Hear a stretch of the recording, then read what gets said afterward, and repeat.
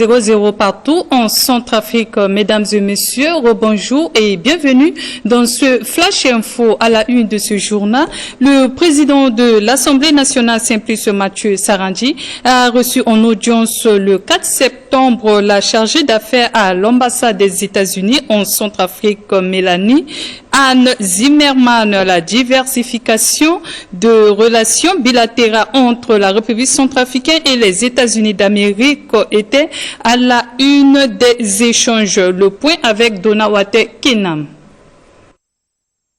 Deux activités majeures ont été au menu du programme de travail de la journée du Premier ministre, chef du gouvernement, M. Félix Moloa. Il s'agit d'abord de la rencontre qu'il a eue avec une délégation de la Banque mondiale conduite par le représentant résident de la dite institution en Centrafrique, M. Guido Ruwanga. La question d'avancement des mesures de la suspension du projet Maingo était le principal point débattu au cours de cette rencontre. Nous avons discuté du projet Maingo, le projet Capital Humain. Ce projet a connu quelques problèmes récemment, avec un cas fatal de viol. Le projet a été suspendu temporairement et nous avons discuté de l'état d'avancement des mesures pour pouvoir lever la suspension. Je peux vous affirmer qu'il y a eu beaucoup de progrès dans la mise en œuvre de ces mesures et que la suspension pourra certainement être levée d'ici quelques semaines. Il y a des actions encore qui sont en cours, qui ne sont pas encore terminées. On espère que ces actions pourront être terminées à la fin de ce mois. Certainement qu'au début peut-être d'octobre, on pourra lever la suspension. Mais bien sûr, ça dépendra de l'accomplissement de ces mesures. Ensuite, le Premier ministre a réussi de sa présence la cérémonie officielle de lancement du projet de renforcement du rôle des organisations féminines dans la prévention de la gestion des conflits en RCA soutenu par l'ONU Femmes. Dans son discours de circonstance, le Premier ministre a rappelé les objectifs de ce projet et le but recherché dans la consolidation de la paix en République centrafricaine. Le projet que nous lançons aujourd'hui arrive à un point nommé, car il nous permettra particulièrement, entre autres objectifs, de renforcer les compétences des organisations féminines en matière de prévention et de gestion pacifique des conflits, créer des espaces de dialogue inclusifs intercommunautaires, favoriser la participation active des femmes au processus de prise de décision au niveau local et national, soutenir des actions concrètes pour la réconciliation et la cohésion sociale. Saisissons cette opportunité historique pour renforcer la paix par l'inclusion et l'action. Ensemble, faisons en sorte qu'ils produisent des résultats concrets et bénéfiques pour notre pays et pour les générations à venir. Avec détermination, je nourris fermement l'espoir et la conviction que nous pouvons y parvenir. C'est donc sur cette note d'espérance que je déclare officiellement lancer de renforcer le rôle des organisations féminines dans la prévention et la gestion des conflits pour une paix durable et inclusive en République centrafricaine. Je vous remercie. Il est cependant important de rappeler que cette cérémonie a regroupé plusieurs partenaires techniques et financiers de la République centrafricaine, les autorités locales, les leaders communautaires et plusieurs organisations féminines bénéficiaires du dit projet. Ensuite, les élus de la nation arrivent au terme des travaux de la session extraordinaire. La cérémonie marquant la fin des assises est placée sous la houlette du président de l'Assemblée nationale, professeur Simplice Mathieu Sarandji. Le point toujours avec Donawate Kinam.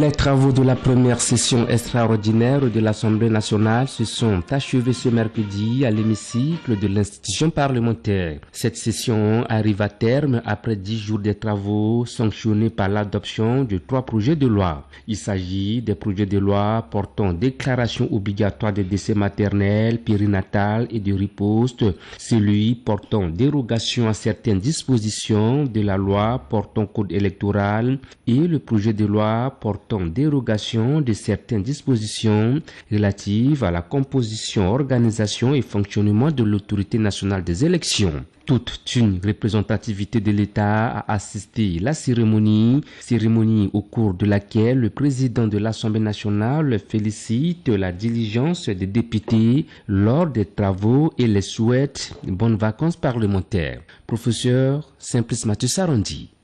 Honorables députés, mes très chers collègues, vous reprendrez le chemin de vos circonscriptions respectives pour parachever ce que vous aviez commencé depuis le mois de juin dernier. Il est vrai que dans presque exactement un mois, vous reviendrez ici pour prendre part à la deuxième session ordinaire de l'année 2025, qui sera la dernière de la 7e législature, avant de vous plonger dans l'effervescence de la campagne électorale qui pointe à l'horizon, c'est-à-dire à l'issue de la deuxième session ordinaire. Tout au moins pour ceux d'entre nous qui aspirent à briguer de nouveau le suffrage de nos électeurs. Que Dieu Tout-Puissant, le miséricordieux, vous accompagne quand vous repartirez dans vos circonscriptions respectives, mais aussi quand vous reviendrez ici pour la deuxième session ordinaire qui débutera le 1er octobre. Cette clôture de session extraordinaire réactive la vacance parlementaire, vacance qui sera épuisée le 1er octobre prochain. Et enfin, dans le cadre de l'exercice de leur mission aux 92 logements, les agents de l'ENECA ont reçu des menaces de la part du caporal John Wessé qui a été débranché pour une raison bien fondée. Un agent nous en dit plus au micro de Janel Lakwe et Africain Amolo. Arrivé maintenant au niveau de OCRB, de PK13 ici, nous commençons maintenant à faire des activités de contrôle. On a commencé à démanteler les câbles que les gens ont pris illégalement sur le terrain. Nous allons arriver chez un client non abonné. En retirant les câbles qui sont pris illicitement, et ces sujets de ressortir dans la maison là-bas, maintenant on commence à retirer les câbles dans l'autre main de l'agent. Subitement, l'autre agent a dit que non, il n'a pas le droit de retirer ce câble parce qu'il a pris ce câble, il devait être notre client d'abord. Là maintenant, il est venu porter la main sur l'agent.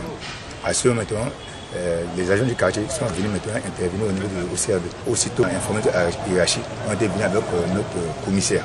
Le commissaire, comme lui, il n'était pas un abonné de l'ENECA, dans notre manière de procédure, nous sommes obligés de faire ce qu'on appelle la saisie en présence de sa femme et les voisins. Arrivé au niveau du terrain, Bégoua maintenant, il s'est armé avec ses équipes, ils ont fait des sommations en l'air. Ils sont obligés d'arrêter. Et maintenant, ils ont pointé et maintenant retiré tous les matériels qu'on a saisis. Et voilà, c'est la fin de ce journal. Merci à tous ceux qui l'ont suivi. Au revoir et à quelques instants pour la langue en Sangou.